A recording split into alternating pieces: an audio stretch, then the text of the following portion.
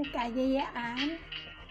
Lumabas muna kami, pasyal-pasyal, then nag-blow out kasi bagong sweldo. At dito kami umanto sa Jollibee.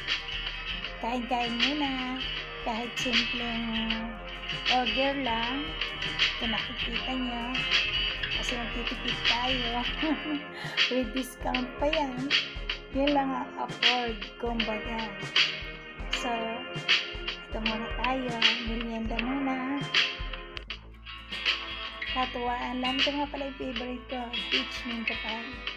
Masarap ito, lalo na kapag mainit, tsaka crunchy.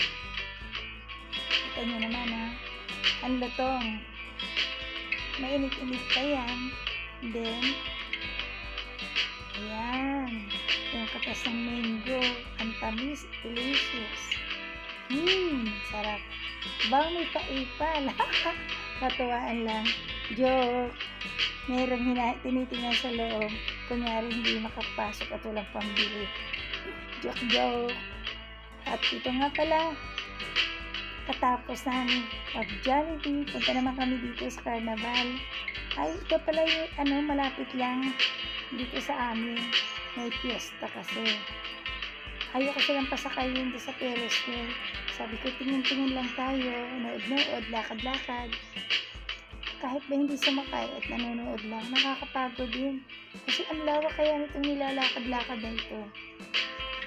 Actually, pumunta kami dito, umuulan. At medyo malapit-lapit na silang mag-close, kaya konti na ang tao.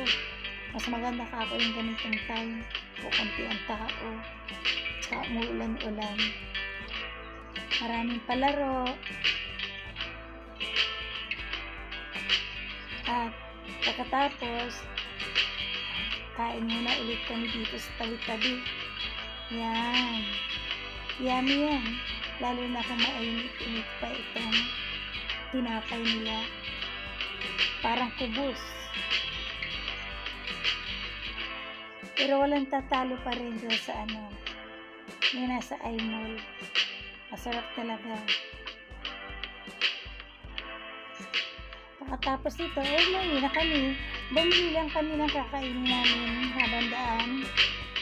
Kasi mas maganda yung may kinakain ka habang naglalakad kasi hindi mo mararamdaman ang pagod sa paglakad.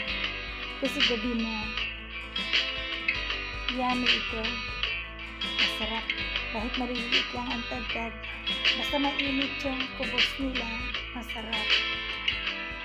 Thank you for watching. Kain kayo. Yummy, yummy. Yummy, yummy.